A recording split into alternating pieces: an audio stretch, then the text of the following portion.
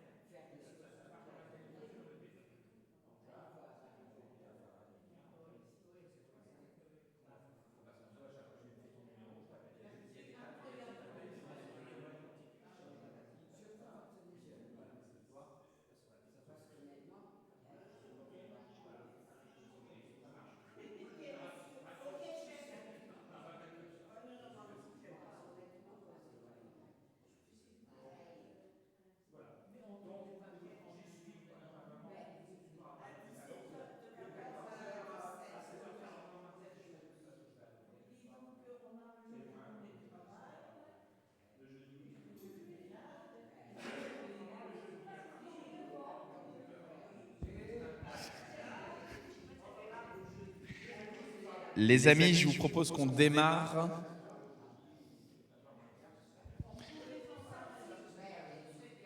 Hop.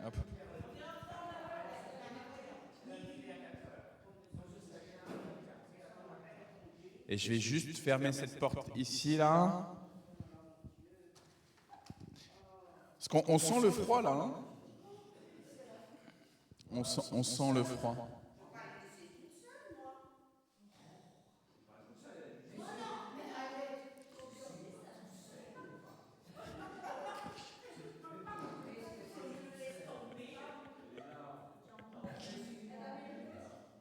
Ok les amis, je vous propose qu'on démarre, sinon on va pas commencer le culte.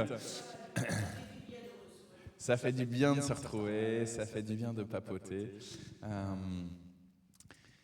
Ouais, je pense que comme ça en milieu de semaine, avoir ce temps où voilà, il y en a qui ont des week-ends qui sont très chargés, il y en a qui ont des week-ends qui sont pas du tout chargés, mais c'est difficile et du coup la semaine, là, ce culte de milieu de semaine, il fait du bien. C'était, je ne sais plus qui se demandait si là aujourd'hui c'était le dernier culte. Non, on a tout le mois de juin. Tout le mois de juin, on a bien le culte du jeudi. En effet, pendant l'été, c'est plus difficile avec les vacances, etc. Le fait d'ouvrir, de fermer. Je sais que c'est toujours un manque pendant les vacances pour certains. Donc, je ne sais pas comment il faudrait s'organiser. J'avais espéré qu'aux dernières vacances, comme il n'y avait pas le culte du jeudi, vous puissiez tout de même réussir à vous retrouver chez l'un ou l'une d'entre vous. Peut-être que c'est des occasions aussi, voilà, d'accueillir. Des fois, on se dit ah mais je sais pas bien accueillir ou c'est le bazar chez moi. Franchement, je vous connais tous. Vous n'êtes pas prise de tête dans comment vous êtes accueillis. Donc, osez accueillir avec simplicité et puis voilà. Et puis s'il faut annuler la veille ou quelque chose, je sais que c'est faisable aussi et qu'il n'y aura pas de prise de tête. Vas-y, Liv. Et le dimanche, il y a un seul culte en été, en effet. Il n'y a que le culte de 10h30. C'est bien que tu me parles des cultes là, de dimanche. Là, il y aura ce dimanche les deux cultes, le culte de 9h30 et le culte de 11h15. Pareil pour le 22 juin et pareil pour le 28 juin. Par contre, le 14 juin, c'est le culte qui est préparé par les enfants, qui est animé par les enfants entièrement. Et donc, du coup, là, il y a un seul culte et c'est à 10h30. Donc, au mois de juin, tout le temps deux cultes le dimanche, sauf le 14 juin où il n'y a qu'un culte. Et c'est le jour où on fait aussi, on appelle ça la fête de l'église, donc ce culte préparé par les enfants. Et puis après, on fait un grand repas, barbecue offert par l'église. Donc il faut venir comme ça avec simplicité. Et ça permet de rencontrer des personnes. Il faut que je répare. On a mis les voiles d'ombrage, mais avec le vent, là, il y en a deux qui ont sauté là, mais c'est facile à recoudre, donc je vais recoudre ça, ou mes enfants vont recoudre. C'est Jonas et Naoum qui avaient recousu avant qu'on les pose, donc on va voir. Je vais voir si c'est eux qui font, si je m'en occupe ou si Isabelle s'en occupe. Voilà, et on salue aussi, donc Bernadette, on te salue, Caroline, on te salue aussi.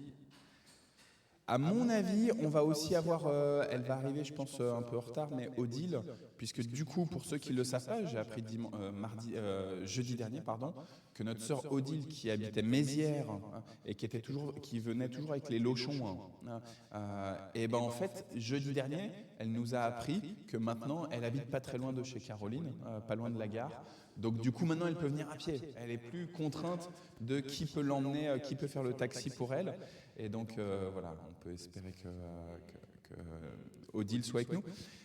Les Lochons sont dans le sud de la France. Ils sont à la mission Timothée. Là, ils ont pris leurs 2 semaines à la mission Timothée dans le sud. Voilà, je pense que ça leur fait beaucoup de bien d'être là-bas. Je vous signale juste, mais je leur dirai tout à l'heure dans le temps de prière d'intercession, Noël Appia nous a fait un petit message sur le groupe de prière, là, tout à l'heure, en disant que son papa est tombé cette nuit. Déjà, là, depuis le début de la semaine, au niveau des jambes, c'est très difficile. Il a fallu que sa sœur Valentine vienne l'aider à relever son père. Et il a réessayé, etc., mais en fait, il ne tient plus sur ses jambes. Donc voilà, donc là il y a un petit déclin au niveau de Olivier. Olivier, Bernadette, Anne-Marie, c'est notre doyen ici de l'église. Il a 96 ans. Et voilà. Il vient maintenant en fauteuil, mais avant, jusqu'à l'année dernière encore, il venait juste avec un déambulateur. Maintenant, il vient avec un fauteuil quand même. Enfin, il me semble. Oui, en fauteuil. Oui, il vient. Et ben voilà, Odile, parfait, tu vois, j'étais en train de donner quelques petites annonces et je disais justement que je pensais que tu n'allais pas tarder. Donc voilà, je pense qu'on est au complet pour aujourd'hui. On va prier. Et il y a peut-être Martine qui va arriver. Tu as raison, il y a peut-être Martine. Merci, on t'a de penser à notre sœur aussi. Voilà, Seigneur, béni sois-tu pour ta parole, celle qui nous précédait et celle que nous allons entendre aujourd'hui. Béni sois-tu pour ta parole qui va nous succéder. Nous croyons, Seigneur, que ta parole, elle vient mettre tout en marche, en fonctionnement, en ordre. Que ta parole, elle est la parole de vie. Et dans les moments où on est en crise, dans les moments où on est en difficulté, à l'intérieur de nous, mais aussi à l'extérieur, avec tout ce qu'on peut entendre, Seigneur, eh ben, nous croyons que ta parole vient rejoindre ta création pour la ranimer, pour la ressusciter. Alors qu'on a des fleurs ici dans le temple en raison des obsèques que nous avons célébrées cette semaine, Seigneur, nous croyons que tu es le Dieu qui restaure absolument toute ta création et que tu fais toutes choses nouvelles. Alors Seigneur, on se replace, nous, entre tes mains. Merci de faire de nous un seul corps, avec toi pour tête, de faire de nous l'Église, avec un grand E. Merci pour les dons des uns et des autres. Merci pour le fait que nous allons pouvoir louer, te louer, chanter ensemble, unanimement. Merci aussi de permettre à ce qu'aujourd'hui, Jean-Pierre puisse nous apporter le message. Soutiens-le, fortifie-le, rassure-le. C'est dans nos faiblesses que alors, toi, tu peux déployer toute ta force. Donc, Seigneur, voilà, on te confie Jean-Pierre et on te confie ce temps de célébration. Unis-nous, Seigneur, toujours plus à toi et les uns aux autres. Amen. On se lit le psaume. C'est un petit psaume aujourd'hui. Il fait 7 versets seulement. Bon, non. Non, chef. Non, chef. Oh. Oui, chef. Je te prends l'appareil. Alors, psaume de David, déclaration du Seigneur Dieu à mon roi. Assieds-toi à ma droite, jusqu'à ce que je mette tes ennemis sous tes pieds. Depuis la ville de Sion, que le Seigneur étende au loin ton pouvoir, et toi, domine au milieu de tes ennemis. Ton temple est volontaire en ce jour où tu rassembles ton armée. Sur les montagnes de Dieu, tes jeunes gens viennent à toi, comme la rosée qui naît de l'aurore. Le Seigneur a fait ce serment, il ne reprendra pas par sa parole. Tu es prêtre pour toujours, à la manière de Melchisédek. Le Seigneur est à tes côtés. Au jour de sa colère, il écrase les rois. Il exerce son jugement sur les peuples. Il entasse les cadavres. Il écrase les chefs sur toute l'étendue du pays. En chemin, le roi va boire au torrent. C'est pourquoi il relève la tête. On dit, parole du Seigneur.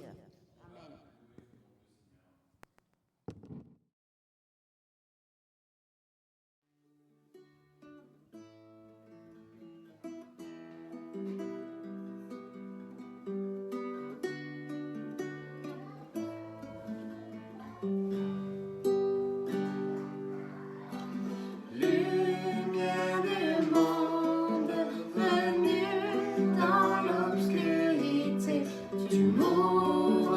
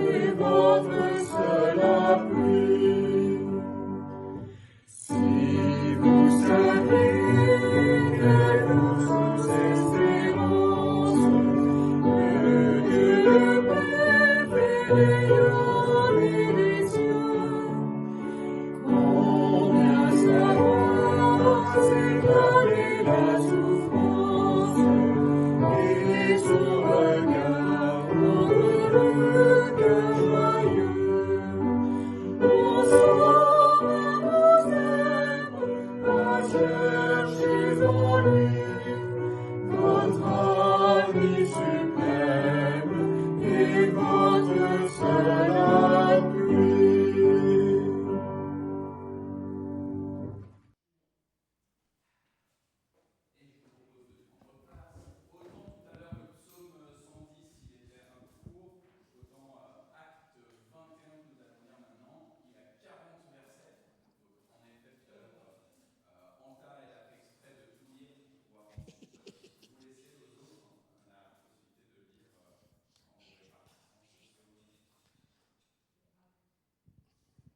Quand nous sommes parvenus à nous séparer d'eux, nous sommes partis en bateau pour aller directement à Kos. Le lendemain, nous sommes arrivés à Rhodes et de là, nous nous sommes rendus à Patara. Nous y avons trouvé un bateau qui allait en Phénicie. Nous avons embarqué et nous sommes partis. Arrivés en vue de Chypre, nous avons passé au sud de cette île pour naviguer vers la Syrie. Nous avons abordé à Tyr où le bateau devait décharger sa cargaison. Nous y avons trouvé des disciples et nous sommes restés une semaine avec eux. Avertis par l'Esprit Saint, il disait à Paul de ne pas aller à Jérusalem. Mais une fois cette semaine achevée, nous nous sommes remis en route. Ils nous accompagnèrent tous avec les femmes et les enfants. Jusqu'en dehors de la ville, nous nous sommes agenouillés au bord de la mer et nous avons prié.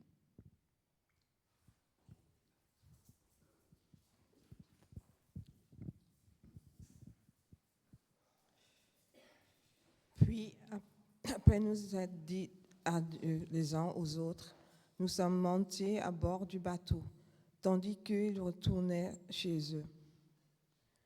Nous avons achevé notre traversée en allant de Tyr à Ptolémaïs. Après avoir salué les frères et les sœurs dans cette ville, nous sommes restés un jour avec eux. Le lendemain, nous sommes repartis et nous sommes arrivés à Césarée. Là, nous sommes entrés dans la maison de Philippe l'évangéliste et nous avons logé chez lui. C'était l'un des 7 qu'on avait choisis à Jérusalem.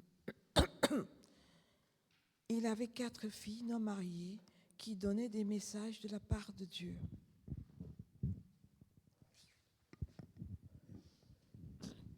Nous étions là depuis plusieurs jours, lorsqu'arrivait de la Judée un prophète nommé Agabus. Il vint à nous, prit la ceinture de Paul, s'en servit pour se ligoter les pieds et les mains et dit : Voici ce que déclare l'Esprit Saint. L'homme à qui appartient cette ceinture sera ligoté de cette façon par les autorités juives à Jérusalem, puis ils le livreront à des étrangers. Après avoir entendu ces mots, nous-mêmes ainsi que les frères et sœurs de Césarée avons supplié Paul de ne pas monter à Jérusalem. Mais il répondit : Pourquoi pleurez-vous et cherchez-vous à briser mon courage ? Je suis prêt, moi, non seulement à être ligoté, mais encore à mourir à Jérusalem pour la cause du Seigneur Jésus.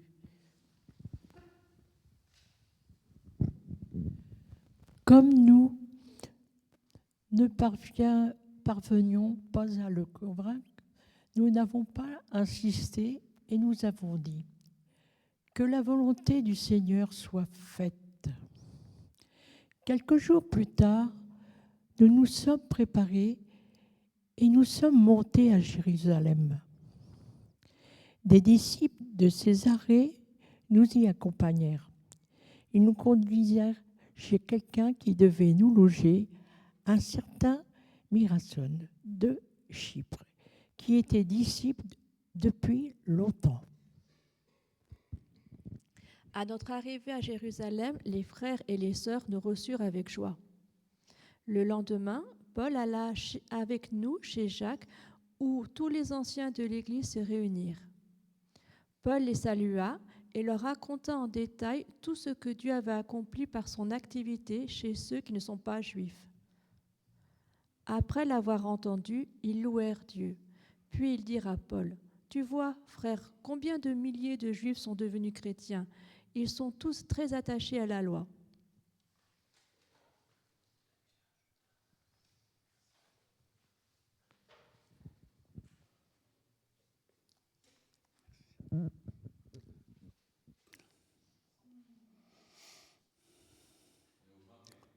Or, on leur a raconté à ton sujet que tu enseignes à tous les Juifs qui vivent parmi les Goïm à renoncer à Moshe, leur disant de ne plus faire la Brit Mila sur leurs fils et de ne plus suivre les traditions. Que faut-il donc faire ? Ils vont certainement apprendre que tu es venu. Fais donc ce que nous allons te dire. Nous avons 4 hommes qui ont fait un vœu. Prends-les avec toi. Purifie-toi avec eux et payent leurs dépenses pour qu'ils se fassent raser la tête.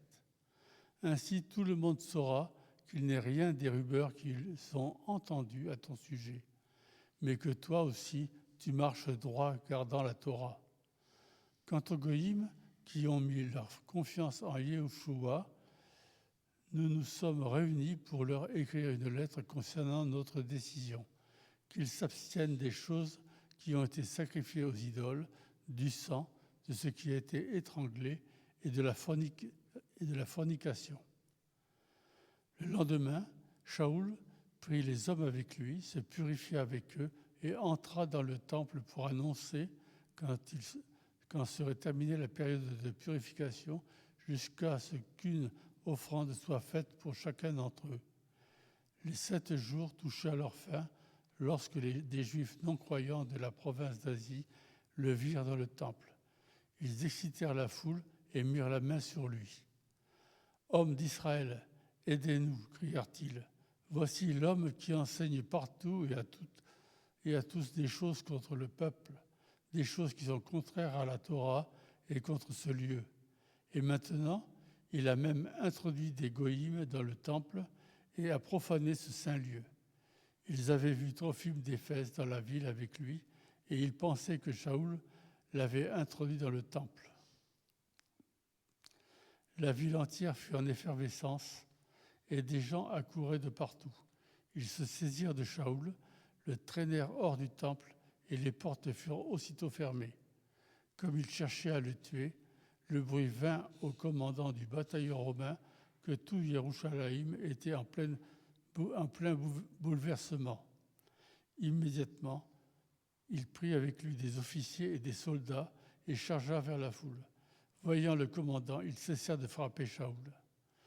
Alors le commandant s'approcha, l'arrêta et ordonna qu'on lui mette les chaînes. Puis il demanda qui il était et ce qu'il avait fait. Mais dans la foule, les uns criaient une chose, les autres une autre. Ne pouvant pas comprendre ce qui était arrivé à cause du tumulte, il ordonna qu'on le conduise à la caserne. Lorsque Shaoul arriva sur les marches, il dut être porté par les soldats en raison de la violence des émeutiers. Mais la foule continuait à le suivre en criant « Tuez-le !» Au moment où Shaoul allait entrer dans la caserne, il dit au commandant « M'est-il permis de te dire quelque chose ?» Le commandant lui répondit « Tu sais le grec ? Tu n'es donc pas cet Égyptien qui a provoqué une révolte il y a quelque temps et qui a entraîné dans le désert 4000 terroristes armés ?» Shaoul répondit « Je suis juif de Tars en Cilicie, citoyen d'une ville importante. Je te demande la permission de parler au peuple. » Ayant reçu la permission, Shaoul se mit debout sur les marches et fit signe de la main au peuple. Quand ils se turent, il leur adressa la parole en hébreu.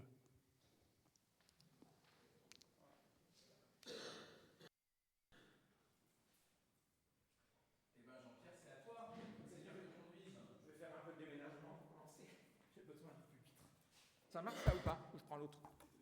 Excusez-moi, je vais faire un peu, je vais bouger un peu. Voilà.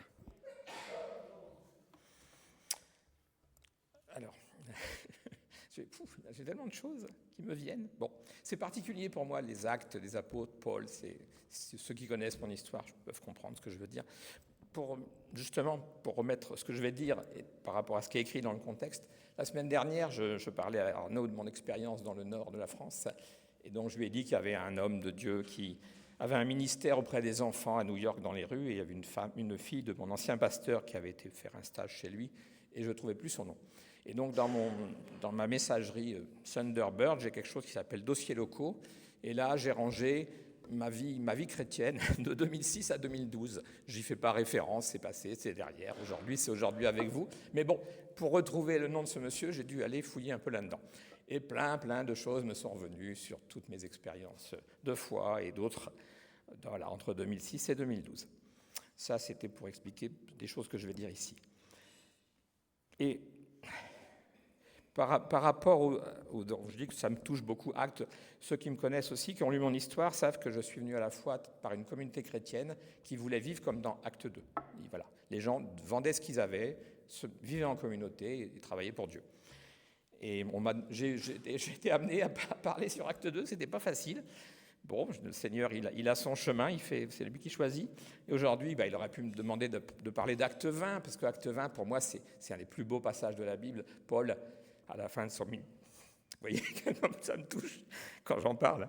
Je vous conseille d'aller lire, c'est un peu le testament de Paul par rapport aux chrétiens d'Asie. Ils sont sur la plage, amis avec les anciens, et il raconte un peu tout ce qu'il a fait pendant toutes ces années auprès des églises.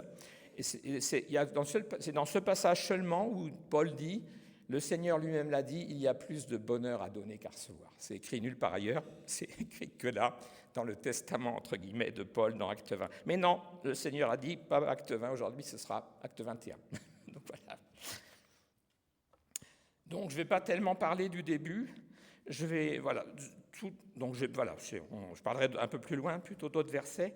Et en fait, quand je pense à Paul et à toute sa vie, etc., je pense à ces versets qui parlent de l'argile et du potier.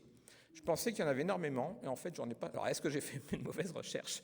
Voilà, j'en ai pas tellement trouvé, donc je vais vous en citer quelques-uns. Romains 9, tu me diras, pourquoi fait-il donc encore des reproches ? Qui peut en effet résister à sa volonté ? Mais toi, homme, qui es-tu pour entrer en contestation avec Dieu ? L'objet dira-t-il à celui qui l'a façonné, pourquoi m'as-tu fait ainsi ? Le potier n'est-il pas le maître de l'argile pour faire avec la même pâte un ustensile d'un usage noble et un ustensile d'un usage méprisable ? Que dire si Dieu, voulant montrer sa colère et faire connaître sa puissance, a supporté avec une grande patience des vases de colère tout prêts pour la perdition ? Et que dire s'il a voulu faire connaître la richesse de sa gloire envers des vases de compassion qu'il a d'avance préparés pour la gloire ? Dans 2 Corinthiens 4, nous portons ce trésor dans des vases de terre, afin que cette grande puissance soit attribuée à Dieu. Ésaïe 64, 7. Cependant, ô Éternel, tu es notre Père, nous sommes l'argile, et c'est toi qui nous as formés. Nous sommes tous l'ouvrage de tes mains. Je passe Ésaïe. Jérémie 18, la parole qui fut adressée à Jérémie de la part de l'Éternel en ces mots. Lève-toi et descends dans la maison du potier, là je te ferai entendre mes paroles. Je descendis dans la maison du potier, et voici, il travaillait sur un tour. Le vase qu'il faisait ne réussit pas. Comme il arrive à l'argile dans la main du potier, il en refit un autre vase, tel qu'il trouva bon de le faire. La parole de l'Éternel me fut adressée en ces mots. Ne puis-je pas agir envers vous comme ce potier, maison d'Israël, dit l'Éternel. Voici, comme l'argile est dans la main du potier, ainsi vous êtes dans ma main, maison d'Israël. Je trouve que Paul, c'est vraiment l'homme, mais par excellence, qui s'est laissé être de l'argile entre les mains de Dieu et conduire là où le Seigneur voulait le conduire sans contester, sans protester. Et il a fait des grandes choses. Et si on est là aujourd'hui, quelque part, c'est parce que Paul a créé l'Église, celle des païens en tout cas. Alors, je vais faire quelque chose de particulier. En relisant justement tous mes mails, j'ai pensé au marathon de la Bible. Il y avait un homme qui s'appelait Mark Host, un grand homme de Dieu. Il faisait 2 mètres, entre autres. Et j'ai entendu une de ses prédications. Il aimait chanter et il chantait très bien. Et donc, des fois, il chantait pendant une prédication. Donc, je vais me permettre, par rapport à ce que je viens de dire, de vous chanter un petit cantique très, très court. Change mon cœur, Seigneur, et purifie-moi. Change mon cœur, Seigneur, que je sois comme toi. Jésus, tu es le potier, je suis l'argile. Brise-moi, façonne-moi, oui, c'est mon désir. Change mon cœur, Seigneur, et purifie-moi. Change mon cœur, Seigneur, que je sois comme toi. Je cherchais donc à retrouver le nom de ce pasteur, je ne le trouvais pas, je me souvenais que c'était l'église apostolique de Paris dans le 10e, et je ne trouvais rien sur Internet, ça a une quinzaine d'années, et j'ai pensé à ce verset qui dit « Nous sommes une vapeur », de tête je le signe, nous sommes une vapeur qui est là pour un peu de temps et ensuite disparaît. Voilà. Et Billy Graham avait fait des petits recueils que j'avais lus il y a longtemps. Il y en a un où il disait « Imaginez que les hommes arrêtent de faire des enfants pendant 120 ans. » C'est pas grand-chose, 120 ans, par rapport à l'histoire de la Terre. Ça veut dire qu'il n'y aurait plus personne sur la Terre. Il n'y aura plus d'hommes. Bon, ça nous donne voilà, un aperçu de la Bible dit beaucoup qu'on n'est pas grand-chose. Et en citant ça, j'ai pensé à Arnaud, qui m'aurait dit « Oui, mais la Bible dit « Merci Seigneur d'avoir fait de moi une créature si merveilleuse. » Je reviens au texte. Ça, c'est quelque chose que j'ai lu. Donc, à chaque fois, on voit que Paul et ses compagnons sont hébergés par des frères et sœurs en Christ partout. À chaque endroit, il dit qu'ils trouvent des chrétiens comme eux et ils sont logés chez eux. Au vers 3, 4, 5, 7, 8, je vais vous les lire. Arrivés en vue de Chypre, nous avons laissé l'île sur notre gauche, nous avons navigué vers la Syrie et nous avons débarqué à Tyr. Ayant trouvé des disciples, nous sommes restés 7 jours chez eux. Quant à nous, achevant notre traversée, nous sommes arrivés à Ptolémaïs. Ayant salué les frères, nous avons passé une journée avec eux. Partis le lendemain, nous sommes allés à Césarée. Nous sommes entrés dans la maison de Philippe l'évangéliste, qui était l'un des 7, et nous sommes restés chez lui. Je m'arrête une seconde. Je vais faire un quiz d'une question. Arnaud n'a pas le droit de répondre. Moi, forcément, c'est quelque chose qui touche ma vie, donc je connais le passage par cœur. Est-ce que vous savez de quoi il parle quand il dit qu'il était Philippe, l'un des 7? Est-ce que quelqu'un sait de quoi il parle? Non. Arnaud, je sais qui c'est. Bon, non, personne. Même, Alain, ça te dit rien? Non plus, vous savez pas? Personne n'a une idée de qui c'est? Donc en fait, c'est dans Acte 6, au début de l'Évangile, les gens vivaient en communauté, et donc ils se réunissaient, il y avait des grandes tables où tout le monde se réunissait pour manger, et c'est les apôtres qui servaient. Et à un moment, ils ont dit, non, c'est pas bien, il faudrait qu'on ait du temps pour annoncer la bonne nouvelle, et on va nommer 7 personnes pour faire ce travail de serviteur. Et donc, je ne vous raconte pas toute l'histoire, mais dans ma communauté chrétienne, on m'a donné un nouveau nom qui était un des 7. Voilà. Et donc, depuis, je me dis, j'ai un ministère de serviteur. Ça, c'était un aparté. Voilà. Donc, acte 6, si vous cherchez. Ensuite, alors...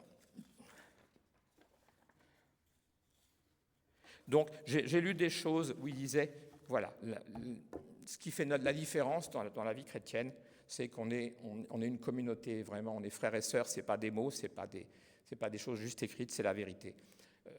Paul, il a trouvé des gens comme lui tout le long de son chemin pour être logés, pour partager. C'est quelque chose d'extraordinaire, c'est le fait que nous soyons une véritable communauté.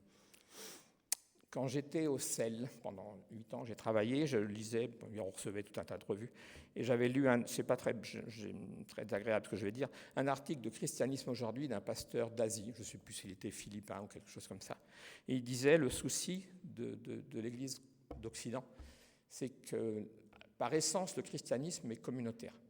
Et il disait le problème, c'est que le christianisme en Occident, il est de plus en plus individualiste et individuel. Et il disait, si ça continue comme ça, c'était fort ces paroles. L'Église va disparaître, l'Église d'Occident, voilà, parce qu'un christianisme individuel, ça ne peut pas marcher. Ensuite, alors, si vous lisez Acte 20, vous verrez qu'à la fin des actes, à la fin de ce passage, ils se mettent à genoux, ils prient ensemble, et là aussi, donc au verset 5, « Mais quand notre séjour a été achevé, nous sommes partis, nous avons repris la route, accompagnés jusqu'en dehors de la ville, y compris les femmes et les enfants, à genoux sur le rivage, nous avons prié. » Avec le pasteur de mon ancienne église, on a eu une discussion sur comment on devait prier. Moi, dans mon ancienne vie, je priais toujours à genoux. Et il me disait, non, dans la Bible, on prie debout. Bon, j'ai tellement d'exemples. Les gens se mettent à genoux, voilà, et prient. Ensuite, au verset 4, poussés par l'Esprit. Ayant trouvé les disciples, nous sommes restés 7 jours avec eux. Ceux-ci, poussés par l'Esprit, disaient à Paul de ne pas monter à Jérusalem. C'est bizarre ce qu'on entend là, parce qu'en fait, Paul, donc déjà, il devait y aller pour porter la quête qu'il avait fait en Asie, pour aider les chrétiens de Jérusalem qui avaient des problèmes. Alors, est-ce que le Saint-Esprit est divisé? Est-ce qu'il y a une chose aux uns et une chose aux autres? Voilà. Bon, moi, avant de continuer ma recherche, je m'étais dit, mais non, le Seigneur voulait vraiment que Paul aille à Jérusalem. Je n'ai pas de réponse. Pourquoi, poussé par l'Esprit, ils disent de ne pas y aller, et lui, Paul, y va, poussé par Dieu, à mon avis. On pourra en parler après. Et donc ensuite, après, je suis revenu sur tout ça, j'ai cherché des versets, et au verset, c'est 23 ou 24, je ne sais plus. Dans les Actes toujours, il est écrit au verset 11, « La nuit suivante, le Seigneur apparut à Paul et dit, « Prends courage, car de même que tu as rendu témoignage de moi dans Jérusalem, il faut aussi que tu rendes témoignage dans Rome. » Donc, Paul devait bien aller à Jérusalem. S'il n'avait pas été, à la suite de ça, il a été 2 ans à Césarée, où il a pu prêcher aux puissants de ce monde. Et après ça, il a été 2 ans à Rome, où il était libre d'annoncer l'Évangile pendant 2 ans. Voilà, les gens venaient chez lui pour entendre l'Évangile. Donc ensuite, on nous dit qu'il va chez Philippe, un des 7, qui avait 4 filles qui prophétisaient. Alors là, c'est pareil, c'est une question légère. Je me suis dit, pourquoi ce n'est pas une des filles de Philippe qui lui a annoncé ce qui allait arriver, qu'il a fallu que ce soit Agabus qui vienne de Judée pour lui dire, pour annoncer ce qui allait se passer. Je ne sais pas, ça n'a sûrement pas d'importance. Une petite remarque comme ça. Dans ma version, il est marqué que les filles de Philippe sont vierges, elles sont prophètes. Donc, est-ce qu'il y a un lien entre le fait de se préserver pour Dieu, comme ce qu'on a lu la dernière fois, et, voilà, et le service qu'on peut lui rendre? Ce n'est pas important. Et donc, les versets 12, 13, 14, par rapport à ce qui vient d'être dit, quand nous avons entendu cela, nous et les frères qui habitaient là, nous l'exhortions à ne pas monter à Jérusalem. Alors Paul répondit, « Que faites-vous là, à pleurer, à me briser le cœur? Je suis prêt non seulement à me laisser ligoter, mais encore à mourir à Jérusalem pour le nom du Seigneur Jésus. N'ayant pu le persuader, nous n'avons pas insisté et nous avons dit que la volonté du Seigneur soit faite. » Voilà. De plus en plus dans ma vie, j'en arrive là. Seigneur, que ta volonté soit faite. Pas ce que moi je veux, ce que j'ai envie, mais que ce soit ce que toi tu veux. Donc ensuite, il y a tout ce grand passage où il est à Jérusalem. Je vais aller un peu plus vite, où ça paraît bizarre, où il se conforme vraiment à la loi juive, voilà, quand il fait la purification avec les personnes, etc. Ça peut vraiment nous choquer en disant, mais Paul, s'il y a bien un homme qui est plus sous la loi, et c'est Paul. Alors, attendez, j'étais un peu vite. Alors, toc, toc, toc. Et donc, pour montrer que Paul, il est vraiment, il est sous la grâce et qui rejette même les gens qui veulent revenir à la loi, je vais citer quelques versets de Galates. On avait déjà parlé la dernière fois. Forcément, c'est là qu'on va chercher voilà. Je n'ai qu'une question à vous poser. L'Esprit Saint l'avez-vous reçu pour avoir pratiqué la loi ou pour avoir écouté le message de la foi? Comment pouvez-vous être aussi fou? Après avoir commencé par l'Esprit, allez-vous maintenant finir par la chair? Même pour moi, que la croix de notre Seigneur Jésus-Christ reste ma seule fierté. Par elle, le monde est crucifié pour moi et moi pour le monde. Ce qui compte, ce n'est pas d'être circoncis ou incirconcis, c'est d'être une nouvelle création. Pour tous ceux qui marchent selon cette règle de vie, pour l'Israël de Dieu, paix et miséricorde. Et on avait cité le verset qui vient la dernière fois avec Arnaud, dans 1 Corinthiens 9, 22. « J'ai été faible avec les faibles afin de gagner les faibles, je me suis fait tout à tous, afin d'en sauver de toute manière quelques-uns. » Je pense que si Paul accepte de faire tous ces rituels juifs de la tradition, c'est parce qu'il veut, voilà, il veut ne pas choquer les gens et par cette façon-là de les amener à la foi.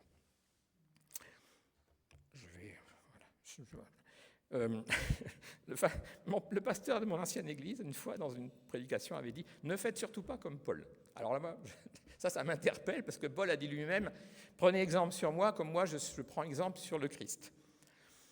Alors j'ai écrit « Devons-nous renoncer à tout comme Paul pour tenter de remporter le prix ?» Bon, je pense que chacun de vous voit de quoi je veux parler. C'est un passage de Philippiens 3. C'est difficile de lire. Quand on lit Paul, c'est dur d'enlever un seul verset. On ne peut pas. On va voir ceux d'avant, ceux d'après. On a envie de tout lire. Je vais essayer d'être un peu bref. Mais donc, je vais vous lire Philippiens 3, de 7 à peu. On verra. Mais ces choses qui étaient pour moi des gains, je les ai regardées comme une perte à cause de Christ. Et même, je regarde toutes choses comme une perte à cause de l'excellence de la connaissance de Jésus-Christ, mon Seigneur, pour lequel j'ai renoncé à tout. Et je les regarde comme de la boue afin de gagner Christ et d'être trouvé en lui, non avec ma justice, celle qui vient de la loi, mais avec celle qui s'obtient par la foi en Christ. La justice qui vient de Dieu par la foi, afin de connaître Christ et la puissance de sa résurrection et la communion de ses souffrances, en devenant conforme à lui dans sa mort, pour parvenir, si je puis, à la résurrection d'entre les morts. Ce n'est pas que j'ai déjà remporté le prix ou que j'ai atteint la perfection, mais je cours pour tâcher de le saisir, puisque moi aussi j'ai été saisi par Jésus-Christ. Frères, je ne pense pas l'avoir saisi, mais je fais une chose. Oubliant ce qui est en arrière et me portant vers ce qui est en avant, je cours vers le but pour remporter le prix de la vocation céleste de Dieu en Jésus-Christ. Même si je suis un peu retourné dans les quelques années passées, j'ai vraiment besoin, et tout le monde est pareil, de regarder devant et de laisser ce qui est derrière. Voilà.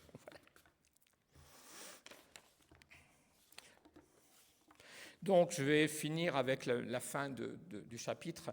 Et j'ai plusieurs dadas, donc acte 20, enfin différentes choses, et la foule, les réactions de foule. Et toute la fin, ça nous enseigne beaucoup de choses sur les réactions qu'on peut avoir quand on est en foule comme ça. Donc je lis quelques versets. Sur la fin des 7 jours, les Juifs d'Asie, ayant vu Paul dans le temple, soulevèrent toute la foule et mirent la main sur lui, en criant « Homme israélite, au secours ! Voici l'homme qui prêche partout et à tout le monde contre le peuple, contre la loi et contre ce lieu. Il a même introduit des Grecs dans le temple et a profané ce saint lieu. » Car ils avaient vu auparavant Trophime d'Éphèse avec lui dans la ville et ils croyaient que Paul l'avait fait entrer dans le temple. Toute la ville fut émue et le peuple accourut de toutes parts. Ils se saisirent de Paul et le traînèrent hors du temple, dont les portes furent aussitôt fermées. Bon, voilà. Je ne vous lis pas tous les passages. Donc, juste, le tribun, il arrive, il extrait Paul, bon, qui ne se fait pas tuer, mais d'abord, il le lie de chaînes. La première chose qu'il fait, je n'avais jamais fait attention à ça, il commence par le lier de chaînes, puis après, il lui dit, mais il pense qu'il est quelqu'un d'autre, l'Égyptien, il s'est dit, ça doit être sûrement lui, il n'essaye pas de ça. Et après, tout à la fin, il lui demande, mais qui es-tu ? Voilà. Il commence par l'attacher, penser que c'est quelqu'un d'autre, et après, il se demande qui il est.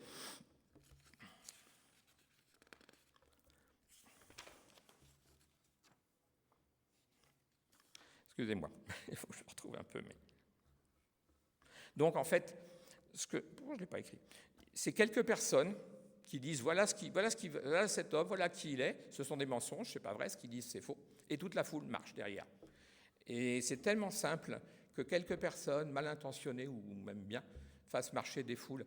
J'ai un petit exemple qui vient de mon histoire aussi. Au lycée d'Abbeville, dans ma jeunesse, qui était un énorme lycée, parce que c'était le seul de la région, il y avait eu une journée de manifestation, je ne sais plus quelle loi. Et puis le lendemain, avec un copain, on s'est dit, on continuerait bien, on continuerait bien. Et à 2, on a mis le lycée en grève pendant 15 jours. Après, on n'en avait plus rien à faire. Mais bon, voilà. Donc c'est tellement simple de manipuler les foules. Et je trouve qu'aujourd'hui, on voit tellement d'exemples autour de nous, de gens qui manipulent les gens, qui donnent des fausses nouvelles. J'ai lu quelque part, si on dit 1000 fois une fausse nouvelle, elle va finir par sembler vraie. Il y a beaucoup, et on voit de plus en plus ça. On est dans un monde vraiment où il y a des tas de gens, vous savez ce que je veux dire, quoi, qui plein de gens derrière eux, les gens courent, suivent. Et moi, je trouve qu'on voit tout à fait ça. De toute façon, dans la Bible, il y a tout. J'ai dit à quelqu'un il n'y a pas longtemps, je ne lisais pas autre chose maintenant, parce que dans la Bible, il y a tout, quoi, il manque rien. Et donc, au verset 34, « Mais dans la foule, les uns criaient d'une manière, les autres d'une autre, ne pouvant donc rien apprendre de certains à cause du tumulte. » Et dans la même chose avec une foule à Éphèse, quand ils se réunissent, parce que par rapport à Paul et au culte de Diane, les uns criaient d'une manière, les autres d'une autre, car le désordre régnait dans l'assemblée, et la plupart ne savaient pas pourquoi ils s'étaient réunis. Quand une foule se met en marche, souvent on ne sait pas pourquoi elle est là et ce qu'elle veut. Et je vais finir avec, par rapport justement aux faux prophètes qu'on voit partout aujourd'hui et qui veulent entraîner des gens avec eux, dans 2 Timothée 4. Je t'en conjure devant Dieu et devant Jésus-Christ, lui qui doit juger les vivants et les morts, et au nom de son apparition et de son royaume. Prêche la parole, insiste en toute occasion, favorable ou non, reprend, censure, exhorte, avec toute douceur et en instruisant. Car il viendra un temps où les hommes ne supporteront pas la saine doctrine, mais ayant la démangeaison d'entendre des choses agréables, ils se donneront une foule de docteurs selon leurs propres désirs, détourneront l'oreille de la vérité et se tourneront vers les fables. Je crois qu'on est vraiment dans ce temps-là, quoi. Voilà.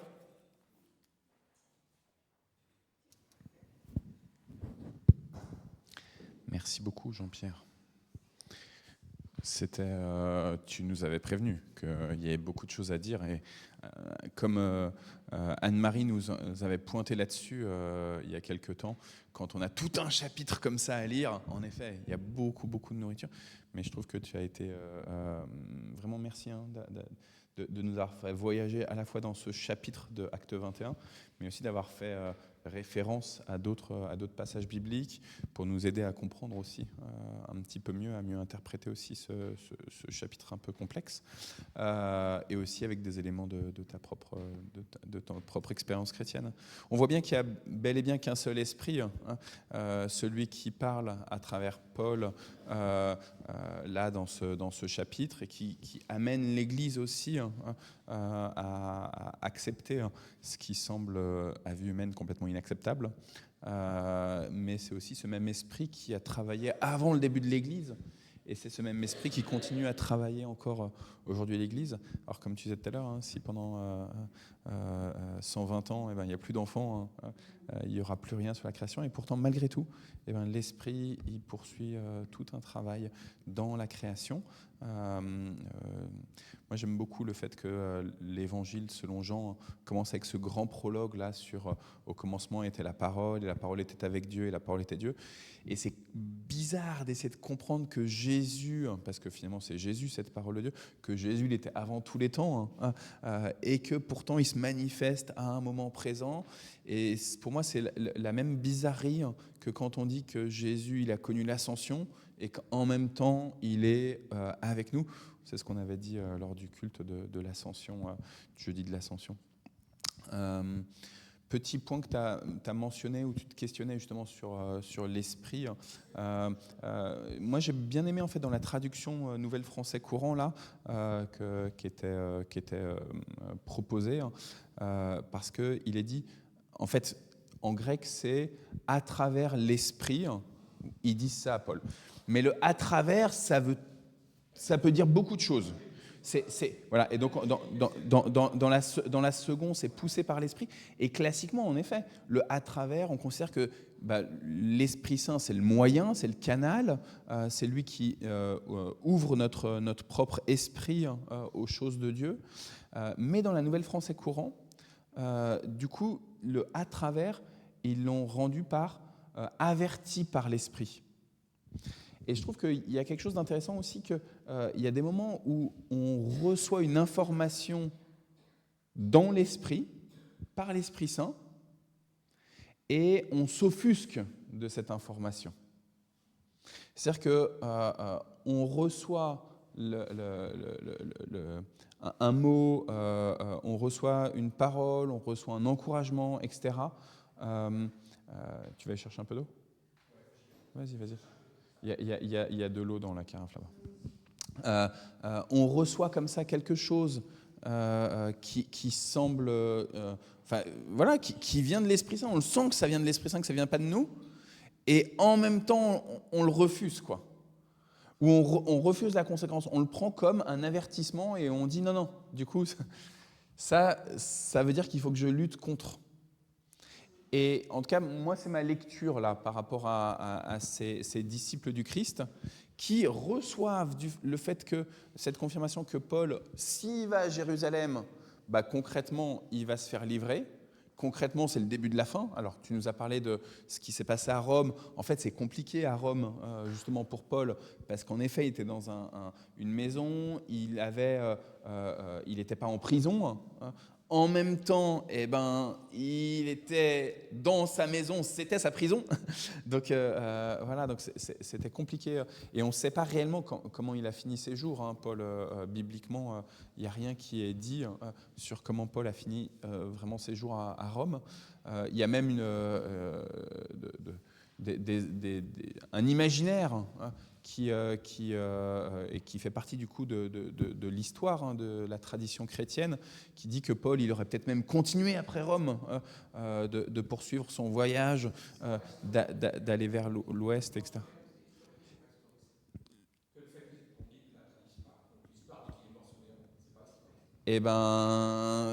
Non, en fait, si tu veux, les pères de l'Église disent ça, mais nous qui sommes protestants et qui disons on doit se baser sur la Bible, en tout cas, ne dit rien, tu vois.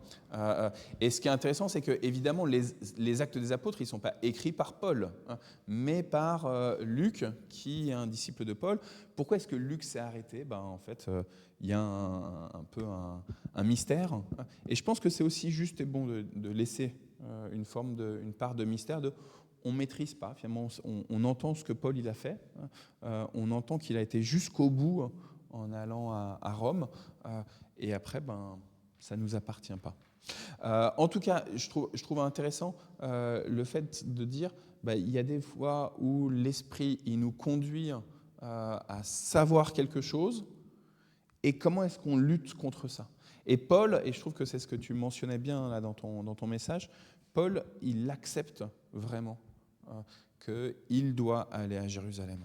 Et pourtant, les foules, elles vont être excitées, tu as raison, il y a de la manipulation, etc. Finalement, évidemment, il y a un parallèle très net entre ce que Paul vit à ce moment-là et ce que le Christ a vécu, et ce qu'on est appelé à être prêt à supporter, en fait. Jésus nous a prévenu qu'on allait être maltraité, qu'on allait être insulté. Tu nous as pointé aussi sur le fait que le Romain qui dirige là à Jérusalem, il va lier Paul. En fait, moi, ce qui m'a frappé, c'est que justement, juste avant, Paul, il se prend des coups, quoi.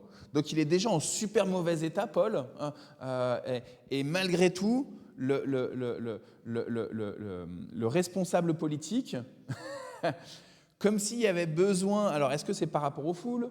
Est-ce que c'est par rapport à lui-même ? En tout cas, il se dit, il faut quand même le lier, quoi. On imagine un petit peu un dirigeant politique qui se retrouve, je sais pas, dans un hélicoptère ou un avion avec un masque sur les yeux. En fait, concrètement, il ne peut pas s'enfuir. Mais malgré tout, il faut la photo pour les réseaux sociaux. Et donc, on va le mettre dans une posture pour vraiment bien montrer qu'il est, il est attrapé, quoi. Et que c'est foutu pour lui. Donc merci beaucoup. Je sais pas, est-ce que quelqu'un veut... Ah non.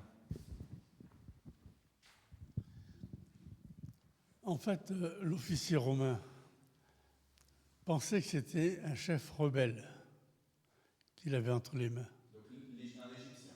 Oui. Et il n'avait pas envie d'avoir un combat armé à faire avec. Donc il l'a rendu tout à fait inapte à quelque révolte que ce soit. Mais il était surpris de voir que Paul parlait le grec. Et plus tard, on voit que Paul mentionne bien sa citoyenneté romaine pour être remis sur la scène d'une autre manière que ce qui était prévu au départ. Je te remercie, Alain. Moi, ça me fait juste penser à quelque chose. Quand j'étais adolescent, j'étais éclaireur, j'étais scout, et on saluait le drapeau européen, le drapeau français. On faisait le lever des couleurs à chaque camp, là, en tout cas le camp de l'été, etc. Et on se sentait vraiment responsable au niveau de l'État français, au niveau de la patrie. Il y avait quelque chose au niveau de la culture, de l'acceptation de la patrie terrestre. Et puis petit à petit, dans mon cheminement avec Christ, je me suis dit, mais en fait, on est citoyen du royaume de Dieu. Et c'est finalement la patrie terrestre, avec sa culture terrestre, il y a tellement de vices, il y a tellement de biais. On est là, on fait les choses parce qu'on nous a appris qu'il faut faire comme ça, parce qu'on est de telle nationalité ou telle autre nationalité, parce qu'on est de telle famille, de telle race, de telle origine, etc. Et ben, dans mon cheminement, je me suis mis à dénigrer un petit peu ma citoyenneté française. Et je me disais, un chrétien, finalement, il doit être capable de se faire tout à tous. Et donc, il ne faut pas mettre en avant une citoyenneté particulière et une culture particulière. Et je trouve intéressant, merci Alain, que Paul, il sait que profondément, il est dans le royaume de Dieu. Et qu'il est né de nouveau et qu'il est citoyen du royaume de Dieu. Et il est déjà plus citoyen de ce monde-ci. Et en même temps, il revendique sa citoyenneté romaine. Il sait utiliser aussi ce cadeau que Dieu lui a fait, de dire, ouais, mais dans ce monde, si je t'ai donné un passeport d'une certaine nationalité, c'est justement pour que tu puisses l'utiliser. Et comment est-ce qu'on accepte aussi ça, que ce qu'on a reçu de nos parents, parce que là, Paul, il n'a pas acheté sa citoyenneté. Il y avait des citoyens romains qui achetaient leur citoyenneté romaine. Aujourd'hui, il y a des gens, ils achètent la citoyenneté d'un pays en passant des concours, simplement en payant des timbres fiscaux, etc., ou même en prenant des cours pour mieux comprendre la culture du pays dont ils veulent la citoyenneté. Donc il y a des gens qui achètent. Ce n'est pas le cas de Paul. Paul, il a reçu cette citoyenneté romaine par filiation. Et donc, il accepte de dire, OK, c'est aussi un cadeau de Dieu. Je ne vais pas le dénigrer. Je vais pas mettre ça en avant dans mon enseignement de chrétien. En tant qu'enseignant en Christ, ce que je vais dire, c'est on est dans le royaume de Dieu. Et notre chef, il n'y en a qu'un seul, c'est Christ. Ce n'est pas les dirigeants de ce monde. Dans le royaume de Dieu, il n'y a qu'un seul chef, c'est Christ. Point final. Cependant, on est ici-bas sur Terre et on doit interagir avec des personnes. Et l'objectif, ce n'est pas de faire que les personnes s'éloignent du Créateur. Et donc, il faut aussi habiter pleinement sur cette terre, accepter notre citoyenneté sur cette terre, et du coup accepter aussi les autorités de cette terre, et même prier pour elles et les bénir, prendre soin d'elles vraiment. Si on espère que la création tout entière puisse reconnaître la seigneurie de Jésus, eh ben, il faut pouvoir prendre soin avec beaucoup d'amour, de compassion, de tendresse. Anne-Marie, tout à l'heure, tu m'as eu des petits mots où j'ai senti tellement tu as de la délicatesse pour les personnes. Et je bénis le Seigneur parce qu'en fait, je ne sais pas comment tu étais quand tu étais gamine. Tu vois moi, je connais que la Anne-Marie qui a reçu Christ. Et je pense que ça, pour moi, en tout cas, ça me stimule à me dire, OK, comment est-ce que tu acceptes de ressembler un petit peu plus à Anne-Marie en ayant de la compassion pour les autres? Pas pour de la manipulation. Hein. L'objectif, c'est d'être vrai. Hein. L'objectif, ce n'est pas de cacher les choses. Mais c'est de dire, voilà, je t'aime parce que Dieu t'aime. Et moi, j'ai tendance souvent à dire juste « je t'aime » et je mets du temps à dire « mais parce que Dieu t'aime ». Et voilà, je sais que vous avez un cœur qui est beaucoup plus authentique et vrai et beaucoup moins manipulateur et je vous bénis vraiment. D'autres Anta.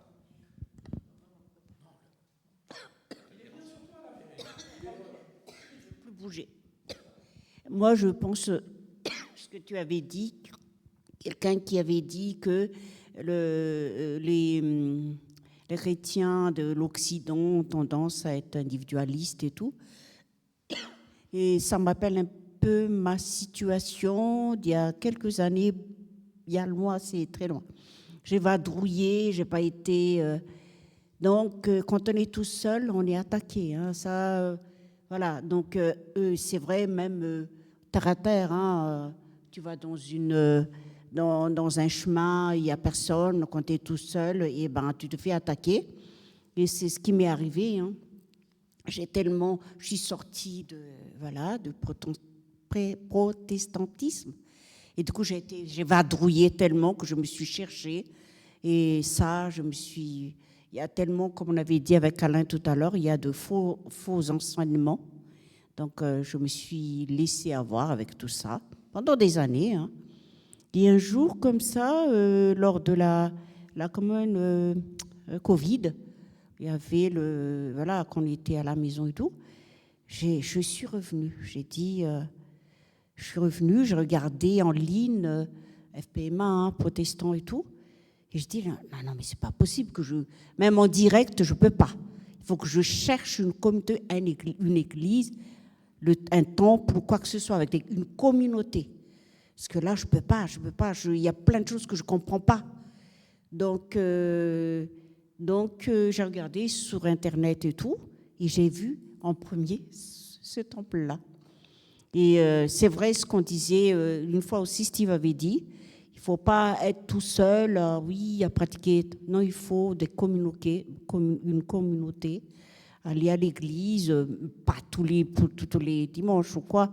Mais voilà, si on peut, c'est très bien. Mais il faut quand même, parce que je sais qu'il y a plein de choses que je ne comprends pas. Et d'ailleurs, j'ai encore quelque chose à demander un jour avec toi, que je ne comprends pas parce que, voilà, donc on apprend tous les jours, tous les matins, je fais le tour de la Bible, mais il y a beaucoup de choses qui m'échappent. Des fois, je somnole aussi, ceci dit. C'est vrai en plus. Alors, je pense que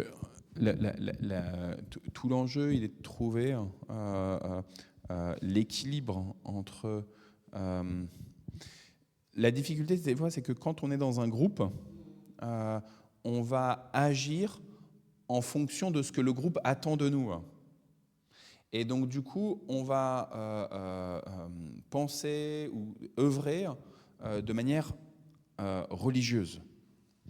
Et donc, la difficulté de l'Église, au sens de la communauté des fidèles, c'est qu'elle nous contraint à aller dans un chemin particulier. Et là, il y a quelque chose des fois qui est pas juste, parce que là où est l'Esprit du Seigneur, il y a la liberté. Et il y a quelque chose qui, finalement, à cause du péché qui nous habite tous encore, même si on est des créatures nouvelles, il y a encore ce combat en nous-mêmes, eh ben, on va se mettre à être des super chrétiens à l'extérieur. On va à l'église, on va donner notre dîme, on va œuvrer, etc. Tout parfaitement, exactement comme le groupe l'entend.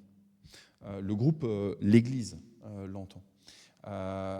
Et en fait, ça, Jésus, il s'insurge contre cet esprit religieux-là qui fait qu'on oublie dans notre cœur la relation forte et personnelle avec Jésus, avec le Père, avec le Saint-Esprit, et on le fait en fonction du regard que les autres ils ont sur nous, avéré ou pas avéré. Vous savez que c'est souvent que chacun individuellement, on peut imaginer quand on est dans un lieu, on est invité quelque part, on y va, c'est une fête, il y a du monde, etc. Et on a le sentiment que tout le monde nous regarde. Il y a quelque chose de biaisé dans l'être humain qui est lié justement au péché, qui fait qu'on se sent être le centre de toutes les attentions.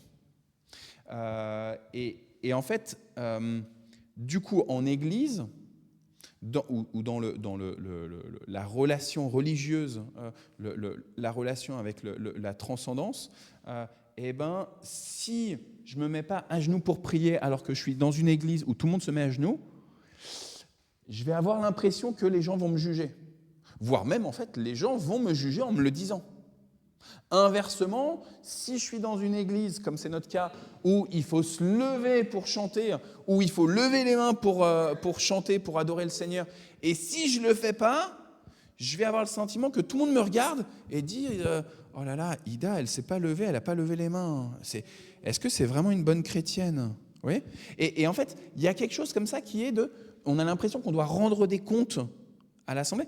Et parce qu'il y a le péché qui nous habite, parce que le Satan nous travaille là-dessus en nous disant « Tu fais croire, tu vois, mais dans ton cœur, est-ce que vraiment tu crois ?» Tu vois, et le Satan, il nous attaque vraiment fortement là-dessus. Donc ça, c'est la problématique de l'effet de groupe. L'inverse, la problématique de l'effet individuel, la foi individuelle. Parce que du coup, Jésus, il nous dit, il faut que vous receviez personnellement, individuellement, le Saint-Esprit. Il faut que vous reconnaissiez personnellement le Seigneur comme votre Père. Donc, hop, foi individuelle. Mais ça a une autre problématique, la foi personnelle sans le groupe, c'est qu'en effet, on peut rentrer dans des interprétations où on se crée un petit Dieu à notre image. Et donc, je vais piocher. Aujourd'hui, avec Internet, tu parles d'Internet, avec YouTube, etc. En fait, aujourd'hui, il y a un panel d'enseignements qui est tellement large. Avec les livres, juste, si on sort d'Internet, avec les bibliothèques, on peut avoir tous les enseignements du monde possibles sur tout et n'importe quoi. Et du coup, quand on est juste avec mon propre développement, mon développement personnel, eh ben, la difficulté, c'est qu'on va penser que chacun fait son petit parcours, chacun sa foi, chacun sa vérité. Or, Jésus nous dit, Il est, lui, la vérité. Et donc, c'est pas, Jésus, il est une vérité parmi d'autres. Non, il est la vérité. Et personne ne vient au Père que par Jésus-Christ, point final. Et Jésus, Paul va beaucoup insister en disant, il est la tête du corps qu'est l'Église.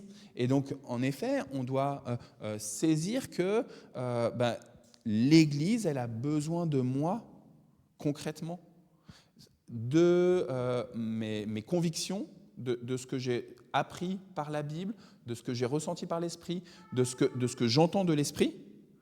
Mais les autres, ils ont aussi besoin de moi, et moi, j'ai aussi besoin des autres pour continuer de grandir. Et tu vois, Anta, tu dis, il y a des choses que tu n'as pas compris. Sache que dans 10 ans, il y aura des choses que tu n'auras pas compris, et dans 20 ans, tu auras des choses que tu n'auras pas compris, etc. Et même notre cher Alain, qui est un érudit de la Bible, il y a plein de choses qu'il ne connaît pas ou qu'il comprend mal pour l'instant. Et c'est pareil pour n'importe lequel d'entre nous. Moi, je voudrais juste encore une petite chose par rapport au texte biblique. Tu nous as parlé de Philippe, donc un des 7 diacres. Donc, tu nous as rappelé comment ce ministère de diacre s'est créé. Donc, les apôtres, ils veulent se concentrer sur leur mission, prier, prêcher. Et donc, le service des tables, c'est pas pour eux. En tout cas, ils veulent bien, mais ils doivent reconnaître qu'ils peuvent pas le faire. Physiquement, ils n'ont pas le temps. Et donc, ils installent comme ça ces 7 diacres. Je trouve intéressant le fait que finalement, ces diacres, leur boulot, c'est de faire du service de table, du social, de prendre soin des veuves et des orphelins. Sauf que le premier qui est martyr dans l'église chrétienne, il s'appelle Étienne. Et Étienne, ce n'était pas un des apôtres, mais c'était justement un des diacres. Et puis Philippe, il va s'occuper d'un homme qui est le premier ministre de la reine d'Éthiopie, en lui parlant du rouleau d'Ésaïe et en lui faisant comprendre que c'est de Jésus dont le prophète Ésaïe parle. Et du coup, il va baptiser dans l'eau. Alors, c'est peut-être pas beaucoup d'eau, c'est un petit peu d'eau, mais il va faire un baptême par immersion. On suppose que c'est par immersion. En tout cas, c'est le mot baptisé, donc immergé qui est utilisé. Et donc, le Philippe, il a été, comme les 7, il a été mandaté pour une mission particulière, mais finalement, même ça, Dieu, il est capable de dire, je t'ai appelé pour ça, et tu vas aussi faire ça à ce moment-là précis. Et tout à l'heure, tu vois, j'aimais bien, Jean-Pierre, que tu dises que toi, dans la communauté où tu as reçu Christ, où tu as vraiment grandi dans la foi, etc., tu t'es senti avec une âme de serviteur, de diacre, de personnes qui va prendre soin des autres, avec du menu travail aussi, du bricolage, des choses comme ça. Et en même temps, si on t'appelle à annoncer la parole, tu le fais. Et je trouve que c'est important pour nous tous là, de se dire qu'il y a des moments où Dieu, on a compris qu'il nous appelait sur un poste particulier, mais comment est-ce qu'on accepte aussi que Dieu, il nous appelle à certains moments sur d'autres postes? Comment est-ce que finalement on devient flexible, non pas en fonction de nos besoins, mais en fonction des besoins de Dieu? Comment est-ce qu'on accepte que c'est Dieu le big boss, et que s'il veut nous amener à prendre la parole à l'Église, on doit prendre la parole à l'Église, et c'est lui qui va nous donner les mots. Juste tout à l'heure, avant le culte, Jean-Pierre m'a dit « Arnaud, prie pour moi parce que j'ai trop de choses, je ne sais pas comment ça va aller, etc. » C'est quand on accepte notre faiblesse, notre fragilité, quand on dit à Dieu « Je te la remets, cette faiblesse, cette fragilité », c'est alors que Dieu, il est capable et t'as besoin. Exactement. Et je trouve que tu vas oser dire en tas, il y a des choses que je ne connais pas, que je ne comprends pas. Pour moi, c'est aussi important dans l'Église que de dire, moi j'ai reçu une révélation sur tel point ou tel point, et je l'apporte. Et on met comme ça. En fait, on partage, parce que des fois, c'est la question de doute, la question d'incompréhension qui va faire grandir telle ou telle personne. Et des fois, au contraire, ça va être une conviction très claire, un enseignement qu'on a vraiment saisi dans l'esprit, qui va fortifier telle ou telle personne. On n'a pas la maîtrise de la manière dont ça va nourrir telle ou telle personne. ta vision de Paul qui va vraiment très loin dans l'obéissance au rite juif, ça t'évoque quoi, toi, dans la partie à Jérusalem où ils font un vœu, Israël, etc. Ça va quand même dans l'obéissance pour Paul. Ouais. Paul vit plus sous la loi et en même temps, tu vois, c'est pour ça que tout à l'heure je disais il est à la fois complètement dans le royaume de Dieu, mais il sait que dans ce royaume terrestre, il faut malgré tout suivre certaines prescriptions, non pas parce que spirituellement elles vont nous ouvrir, mais parce que ça va éviter que ça soit une pierre d'achoppement pour des personnes. Et je ne sais plus si je l'avais dit jeudi dernier, mais je l'ai dit il n'y a pas si longtemps que ça, j'en ai parlé il n'y a pas si longtemps que ça, la question de la circoncision. Paul, il dit clairement il ne faut plus faire la circoncision parce que ça implique de se mettre sous la loi. Et donc, plus de circoncision, c'est foutu, parce que sinon, vous retournez sous la loi. N'empêche qu'à Timothée, il va pratiquer même une circoncision lui-même. Et pour Tite, ça ne va pas être le cas. Donc il s'adapte. Moi, je trouve intéressant, là, dans Acte 21, sur les prescriptions, il parle de la viande sacrifiée aux idoles, en disant qu'il ne faut pas la consommer. C'est une viande qui est sacrifiée à des fausses divinités, donc il ne faut pas la consommer. Donc si, quand on a tué la viande, on a fait une prière particulière, il ne faut pas consommer.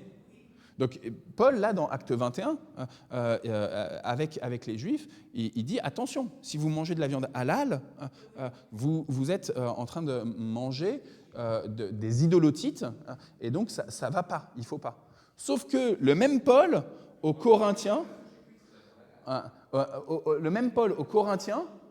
il va dire, c'est une viande qui est sacrifiée aux idoles, les idolotites, mais malgré tout, on sait que les idoles, elles n'existent pas, elles sont vaines, donc leur puissance est vaine, et donc les gens, ils ont beau faire ça, en fait, c'est pas grave, c'est une viande qui est tuée comme une autre viande, et donc on peut la consommer.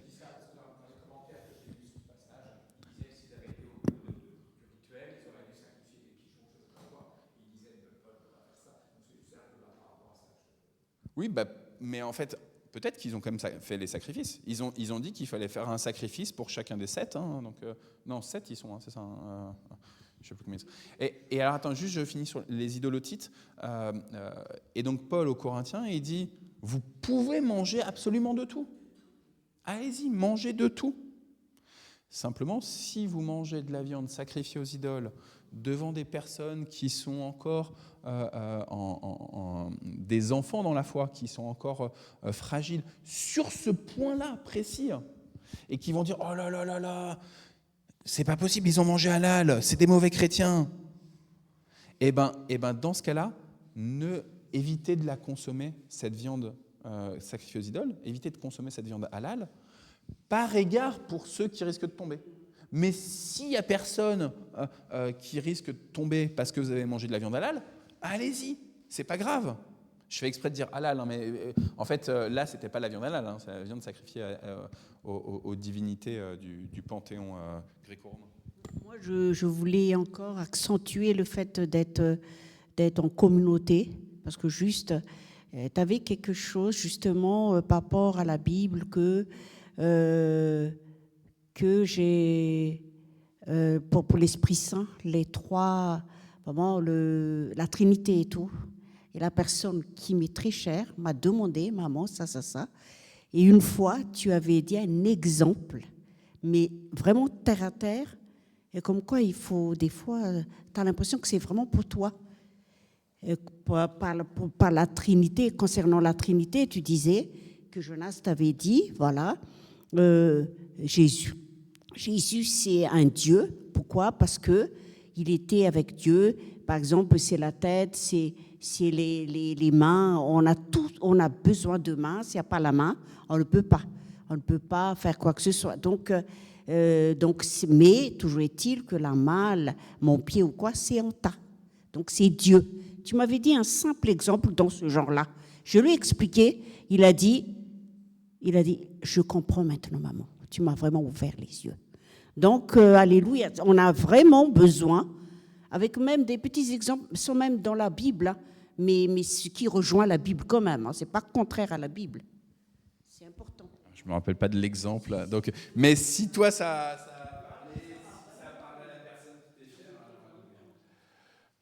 Pour parler de la viande halal, on oublie une chose, c'est qu'à la Mecque, ils ont une idole de pierre. Et ils offrent carrément tout pour cette idole. Et ça rejoint l'église d'Éphèse, je crois, la religion d'Éphèse, où il y avait une pierre venue du ciel aussi. Une idole pareillement. Et nous, une fois ou deux, pour pouvoir parler du Christ à des musulmans, on a accepté d'acheter de la viande halal, mais avant, on l'a présentée au Seigneur, pour qu'elle soit déliée de cette offrande particulière. Je pense que chacun doit cheminer dans ses propres rites et ritualités. Hein. Mais merci du témoignage, Alain, vraiment. Chose par rapport à ce que juste de dire, voilà, cet exemple terre à terre que tu m'avais dit, parce que c'était une grande question chez nous. Et alors, une fois aussi, Noël avait dit, la Trinité, c'est comme de l'eau. Des fois, il est solide, liquide et gazeux, gaz. Donc, mais toujours dit que c'est de l'eau. On a fait Noël là, et c'est ça, moi, qui étais convaincue de ça. Je dis, comme quoi, comme Jésus a fait des paraboles ou quoi, on comprend mieux. Alain, il te parlerait du soleil, de la chaleur, de la lumière. Il y a plusieurs images pour essayer d'expliquer, mais en même temps, chacune de ces images, elle est toujours biaisée. Donc il faut toujours... c'est comme toutes les paraboles que Jésus donne, on voit bien qu'il y a des personnes qui sont en capacité de les comprendre, et il y a des personnes qui ne sont pas en capacité de les comprendre. Est-ce que ça veut dire qu'une fois que tu as compris, tu as tout compris parfaitement, ou une fois que tu n'as rien compris jusqu'à la fin de ta vie? Non. En fait, c'est qu'il y a des moments où une parabole, elle va nous parler un peu plus, sous tel aspect, sous tel angle. Il y a des moments où elle ne va pas nous parler, et ce n'est pas grave, le Seigneur va continuer à travailler notre cœur. Je vous propose qu'on s'arrête, parce qu'il est déjà 25, sauf s'il y a une frustration particulière pour parler. Non, c'est bon. Alors, je vous propose juste donc, le fil rouge de Portes Ouvertes. En ce moment, on prie beaucoup pour le Yémen avec Portes Ouvertes. Et donc là, voici le fil rouge. Donc, chassé de chez lui par sa famille. Non, mais allez-y. On peut prier pour les animaux, on peut prier pour Riri, on peut prier pour toute la création. Mais là, on va parler de Zaïd. D'accord ? Donc, chassé de chez lui par sa famille, Zaïd errait seul dans les rues en se demandant si sa foi valait le prix qu'il payait. Quelques heures plus tôt, son père l'avait mis à la porte, il avait découvert la Bible de son fils. Zaïd a grandi dans une famille musulmane conservatrice au Yémen. Il s'était plongé dans l'étude de l'islam et du Coran, mémorisant des sourates, cherchant dans chaque verset une certitude qui pourtant ne venait pas. Au fond de moi, dit-il, je n'étais pas convaincu. Les doutes ont émergé, puis le vide. Pour le combler, Zaïd s'est tourné vers la drogue. Désespéré, sans but, il était complètement perdu. Une nuit, le jeune homme a lancé une prière dans l'obscurité. « Dieu, si tu existes, dis-le-moi et je viendrai à toi. » Et puis, plusieurs nuits d'affilée, il fit le même rêve. Un jardin baigné de lumière, une voix et ces mots. « J'ai laissé les 99 autres et je suis venu pour toi. » C'était Jésus qui était venu à lui. Dans un pays où l'apostasie est punie de mort, vivre sa foi est devenu un défi quotidien. Pour tenir ferme dans la durée, les chrétiens yéménites ont besoin de nous. Ce que nous possédons de plus solide, dit Zaïd, ce sont vos prières. Donc, Portes Ouvertes nous demande de rendre grâce à Dieu pour la façon extraordinaire de rejoindre celles et ceux qui cherchent sincèrement la vérité, de demander la protection quotidienne de Zaïd, de prier pour l'ensemble des chrétiens yéménites. Et puis, il est précisé, gardons dans nos prières les 50 chrétiens arrêtés et portés disparus au Yémen depuis le début de l'année 2026. priant que Dieu les protège et qu'ils puissent bientôt être libérés.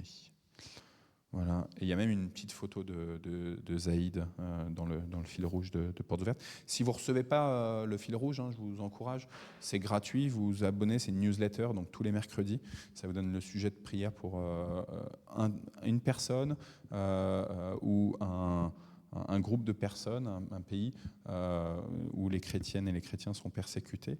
Et puis vous pouvez aussi vous abonner alors là c'est un petit abonnement, je crois que c'est 10 € par an, quelque chose comme ça, 11 € par an, le magazine de Portes Ouvertes. Normalement c'est mensuel, mais il y a de temps en temps où il y a des... Ah non, et ça a changé maintenant. Ouais, maintenant c'est bimensuel. Ils ont changé là le format. Donc maintenant c'est bimensuel et il y a un calendrier de prière toujours avec. Il y a des exemplaires à la sortie, vous pouvez en prendre, juste aussi pour découvrir. Voilà, donc il y a Noël pour son papa, donc Olivier, on peut prier pour lui.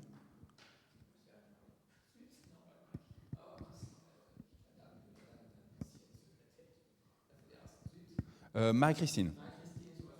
Marie-Christine et son mari, ils sont là dans leur maison de campagne dans la Somme, donc on peut prier pour eux. Leur ascenseur fonctionnait à nouveau, donc Claude pouvait à nouveau ressortir un petit peu parce qu'ils se sont retrouvés pendant 2 semaines et demie, je pense, peut-être même 3 semaines, enfermés à la maison. Donc autant Marie-Christine, elle fait qui sont au 4e étage, si ma mémoire est bonne. Donc autant elle fait de toute façon, elle prend les escaliers, elle aime ça pour faire un peu de sport. Mais pour Claude, c'était vraiment difficile. Donc voilà. Il va y avoir le partage biblique ce dimanche. Oui, j'allais dire dimanche de la semaine prochaine. Non, c'est ce dimanche à 14h. C'est le dernier de l'année paroissiale, j'allais dire de l'année scolaire, c'est pareil. Je vous invite à venir pour ce partage biblique, même si vous n'avez pas fait les autres. Toute cette année, c'était le livre de l'Apocalypse qui était travaillé. Et donc là, c'est vraiment la fin du livre de l'Apocalypse. Ce sera un moment festif.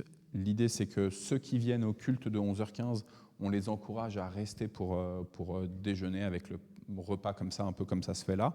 Si on vient avec quelque chose, on vient avec quelque chose. Si on vient avec rien, il y a toujours largement assez. Faut pas se prendre la tête avec ça. Et puis sinon, il y en a, par exemple, Alain, c'est le cas. Lui, il rentre, il mange comme ça avec Nicole et Lydie, et puis il revient à 14h. Normalement, l'objectif, c'est que ça dure 2 heures, pas plus, qu'à 16h, ça soit terminé, de 14h à 16h. Des fois, ça déborde un petit peu. Pourtant, en fait, petit à petit, ceux qui participent, ils ont bien compris que si au bout des 2 heures, ils doivent partir, ils partent. Il n'y a pas de problème, il n'y a pas de jugement. Voilà. Donc ça, c'est ce dimanche. Claude, Marie-Christine. Si vous pouvez prier donc pour les familles dont on a fait les obsèques là. Donc lundi, c'était les obsèques de Béatrice Vitecoq, qui est une paroissienne de très très très très longtemps ici dans le temple, qui a perdu son mari l'année dernière, et donc là elle a eu un cancer du pancréas, elle est partie en 3 mois. Et donc elle a 3 enfants, c'est Adeline, c'est Laure et c'est Jean-Baptiste. Donc si vous pouvez prier pour eux 3, pour la sœur de Béatrice qui s'appelle Elisabeth, elle est aussi très très affectée. Donc voilà. Merci Liv, merci aussi Ida, toi aussi tu étais là, toi aussi Alain, je crois que lundi tu étais présent, Caroline aussi je pense, tu étais là lundi. Donc merci vraiment aussi du soutien pour les uns les autres. Et puis hier, donc, c'est notre trésorière adjointe de l'association cultuelle, qui est aussi la trésorière, là cette fois-ci principale, de l'association d'entraide Françoise, qui a perdu son frère. Donc ça, c'était il y a 10 jours. Philippe, il a eu il y a eu plusieurs concerts. À la fin, c'était généralisé. Et donc, on a fait les obsèques de Philippe. Philippe n'avait pas d'enfant, mais Françoise, donc 2 filles, elle a des jumelles, Karine et Sophie, et qui avaient du coup une relation très forte avec leur tonton. Donc elles étaient quand même bien affectées. Et puis Philippe, il a été en concubinage avec une femme qui, elle, avait 2 enfants, qui, même chose, étaient là, et ils étaient aussi très affectés. Ils s'appellent Céline et Thomas. Donc c'est des grands enfants tous, hein, mais voilà, merci de prier pour ces familles. Si je peux vous remettre sur un truc de l'Église, ce samedi-là, on a les conseils presbytéraux, donc le conseil des anciens des 7 églises réformées de notre consistoire, là, de notre groupe d'églises, qui ont une formation ici, samedi, 14h-17h. Voilà, donc juste remettre pour que... On a tous des manières de vivre notre église un petit peu différentes. C'est toutes des églises réformées, mais voilà, il y a des styles un peu variés, voire même des théologies un peu différentes. Donc qu'on puisse vraiment apprendre ensemble. La thématique, c'est sur l'hospitalité. Donc comme c'est la formation pour les conseillers, pour les anciens, c'est plutôt comment est-ce qu'on pense théologiquement toute la question de l'hospitalité, de l'accueil. Donc pas juste pratiquement comment est-ce qu'on fait pour ouvrir une porte et servir du café, mais comment est-ce que vraiment, dans le cœur de l'Église, dans la vocation de l'Église, la mission de l'Église, eh ben, l'Église doit être hospitalière. Voilà. Est-ce qu'il y a d'autres sujets Bernadette, est-ce que tu as un sujet de prière? Non. Anne-Marie? Non. Odile? Caroline? Non. Liv? Juste un remerciement. Un remerciement à Dieu.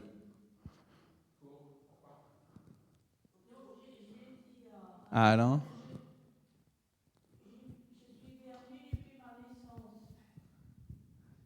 J'ai fait des avenues, un peu de tiédeur par moment, mais comme ça, sans arrêt, je ne comprends pas. Une grâce Et ben, on rend grâce à Dieu avec toi aussi. Et aussi parce que pour moi, c'est un espèce de cri du cœur.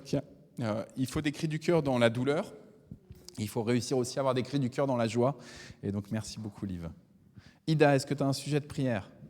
Non. Ouais.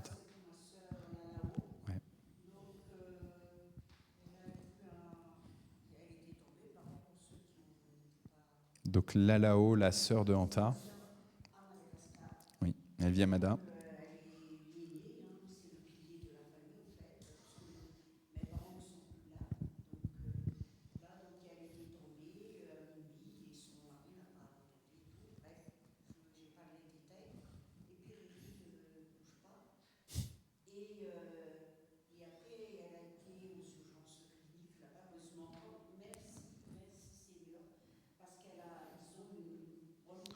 Elle a bien été prise en charge. À Madagascar, c'est compliqué avec la santé, mais là, ils ont une situation qui permet qu'il y ait une bonne prise en charge.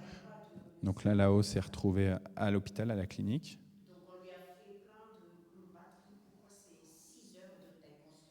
Okay. Et finalement, on avait dit, parce qu'elle avait déjà plein de maladies, diabète, tension, cholestérol et tout, elle a eu déjà un AVC il y a 5 ans. Donc on a pensé plutôt à ça. Mais non, c'est vraiment une autre chose qu'il faut faire attention.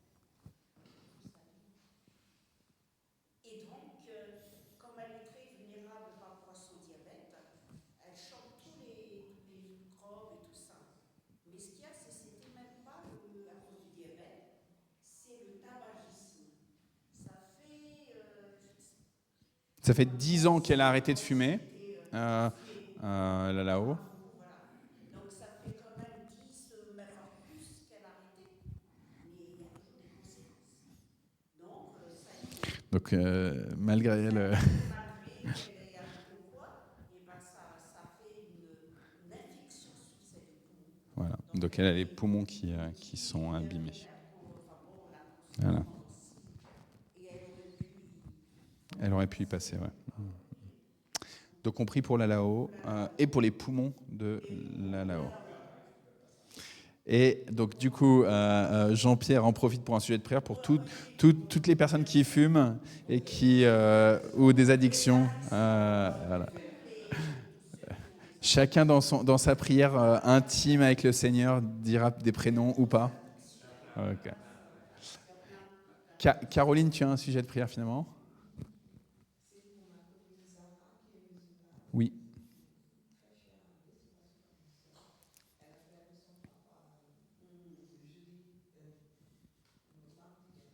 Ok. Ok.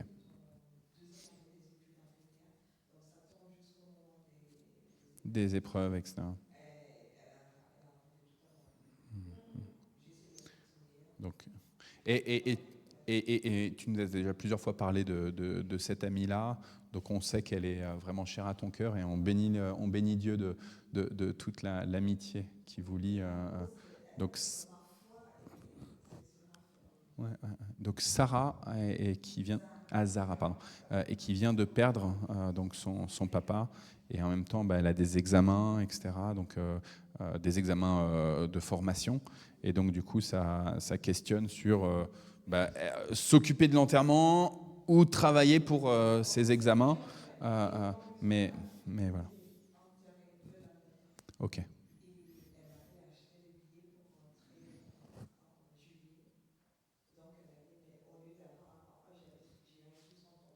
Ok. Ok. Donc compris pour elle. Alain, est-ce que tu as des sujets de prière? Donc compris pour ta belle-sœur Lydie. Mhm. Nicole, ton épouse.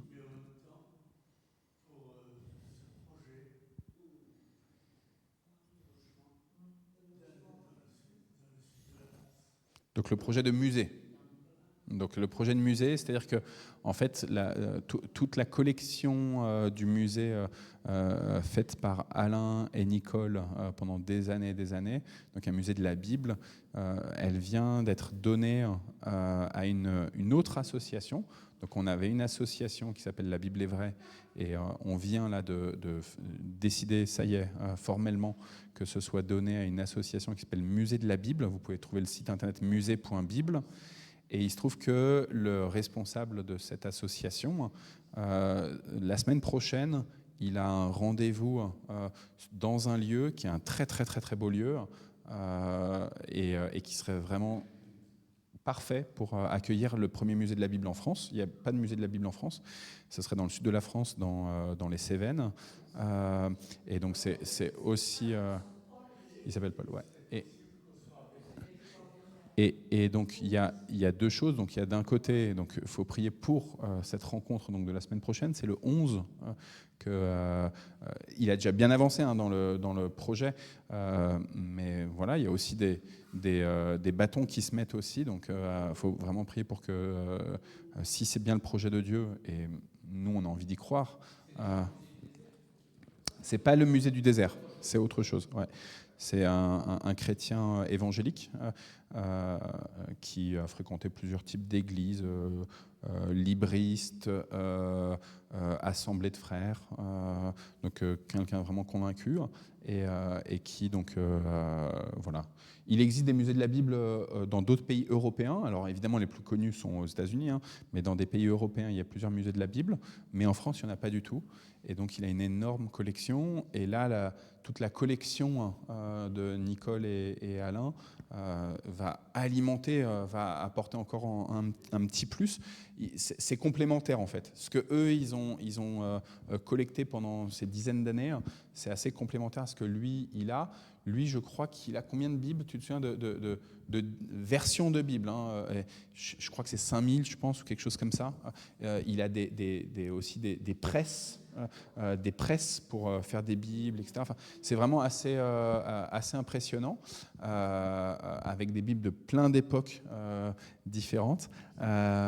Et donc voilà, donc, il y a ce projet-là, et il se trouve que l'endroit, c'est un château avec des dépendances, et l'idée, ça serait qu'il y ait des conférences, des choses comme ça.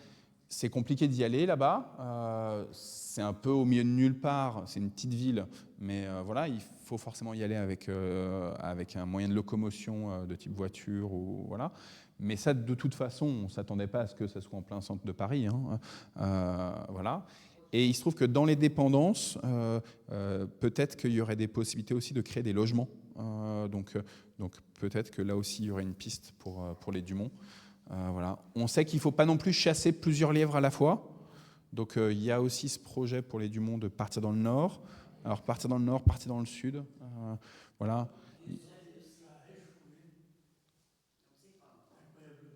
En tout cas, on prie pour vous, pour cette question, à la fois le musée là dont tu parles, mais aussi la question du logement, puisque c'était ce que Anta et Jean-Pierre disaient qu'il fallait prier.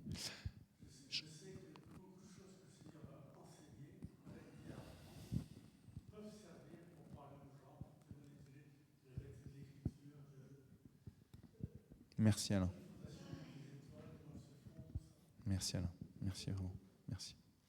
Les amis, il est déjà 40. Je vous propose qu'on fasse. On a déjà, en les 10 ans, on a déjà commencé à élever nos cœurs vers le Seigneur, mais c'est bien quand même de prier vraiment, quoi. Anne-Marie, est-ce que tu veux bien prier pour tous ces sujets? C'est pas grave. Je te donne le micro et tu portes une prière. Ah, tu préférais que ça soit quelqu'un d'autre? Ok. Est-ce que quelqu'un qui voudrait bien...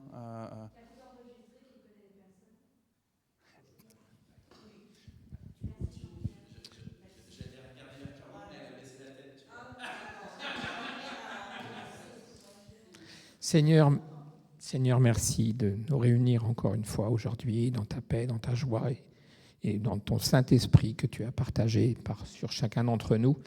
C'est vraiment une grâce que tu nous fais d'être venu à nous, Seigneur. Ce n'est pas nous qui t'avons trouvé, c'est toi qui nous as trouvés, Seigneur, qui est venu sur nos chemins. Nous avons tous des chemins de vie différents, souvent très, très éloignés. Pourtant, tu nous as rassemblés par ton Esprit Saint et nous sommes ton Église. L'Église, ce n'est pas des bâtiments, ce n'est pas des temples, c'est l'ensemble des enfants de Dieu par toute la terre. Et tu vas chercher des gens par toute la terre d'une manière qui nous étonne, comme cet homme au Yémen, Seigneur, à qui tu as parlé. Comme ces femmes qui rêvent de toi, Seigneur, c'est tellement extraordinaire et merveilleux. Il existe une église en Iran alors qu'il n'y a jamais eu de prédicateur de l'évangile. Tu as créé par ton esprit une église de maison en Iran et c'est vraiment merveilleux. Et nous te remettons tous ces enfants de Dieu qui sont souvent d'arrière-plan musulmans et qui souffrent parce qu'ils n'ont pas le droit de changer de religion, Seigneur. Et vraiment que tu puisses prendre soin excuse-moi, Zaïd, je crois que c'était ça son nom. C'est bon, le nom qu'on lui a donné, mais il ne s'appelle pas comme ça, et de tous tes enfants qui sont persécutés. Je vais essayer de me souvenir de tout ce qui a été évoqué. Je te prie pour Anne-Marie et son mari. Je te prie pour son papa, je prie pour tous les matins pour qu'il se donne vraiment à toi et que Claude puisse, malgré ses problèmes physiques, continuer à se bouger, à faire des choses. Et je te rends grâce pour tout ce que Anne-Marie fait, Marie-Christine, pardon. Tout ce que Marie-Christine fait avec toi et pour les enseignements qu'elle donne. Je te prie, je te remercie pour la Lao, pour le fait que les médecins aient trouvé ce qu'elle avait et que tu puisses délivrer chacun d'entre nous des choses qui nous emprisonnent, qui nous lient, alors que nous devons être libres, parce que c'est à la liberté que tu nous as appelés. Vraiment, je te supplie pour chacun que tu puisses nous délivrer de ce qui nous rend prisonniers et qui nous empêche de vivre pleinement notre foi. Je te remercie je te prie pour toutes les personnes qui sont dans le deuil, de la famille de Béatrice, la famille de Philippe, toutes ces personnes qui étaient là aux 2 obsèques, et que tu puisses rassurer et régénérer leur âme, Seigneur, et que ceux qui ne te connaissent pas, qui sont venus, qui ont vu ce qui a été dit, j'étais pas là, puissent te découvrir à travers ce que les personnes ont amené. Je te prie pour les Dumont, Seigneur, ça fait tellement d'années qu'on prie pour ça. Des fois, c'est compliqué, on ne sait pas on a du mal à discerner ta volonté, mais que ta volonté soit faite. J'en reviens un peu à ce que disaient les chrétiens dans ce que j'ai dit. Que ta volonté soit faite, Seigneur. Voilà. Bénis, encourage, restaure, renouvelle chacun. Et merci de nous donner aussi une façon des dons différents. Chacun de nous a reçu quelque chose. Il n'y en a pas qui n'ont rien su et d'autres qui ont tout reçu, comme hélas nous le voyons dans quelques églises. Et que chacun ait confiance pour exprimer ce qui vient de toi. Voilà, bénis cette assemblée et tous tes enfants par toute la terre. Merci Seigneur. Et pour les sujets auxquels je ne pense pas, toi tu y penses et nous savons que tu vas agir parce que tu aimes les hommes et les femmes de prière. Béni sois-tu. Amen. Hein? Seigneur, traditionnellement, l'Église de Mantes aime bien finir toutes ces réunions par le Notre Père. Alors, je vais dire dans la façon dont moi je l'ai appris. Notre Père qui es aux cieux, que ton nom soit sanctifié, que ton règne vienne, que ta volonté soit faite sur la terre comme au ciel. Donne-nous aujourd'hui notre pain de ce jour. Pardonne nos offenses, comme nous aussi nous pardonnons à ceux qui nous ont offensés. Ne nous soumets pas à la tentation, mais délivre-nous du mal, car c'est à toi qu'appartiennent, pour les siècles des siècles, le règne, la puissance et la gloire. Amen.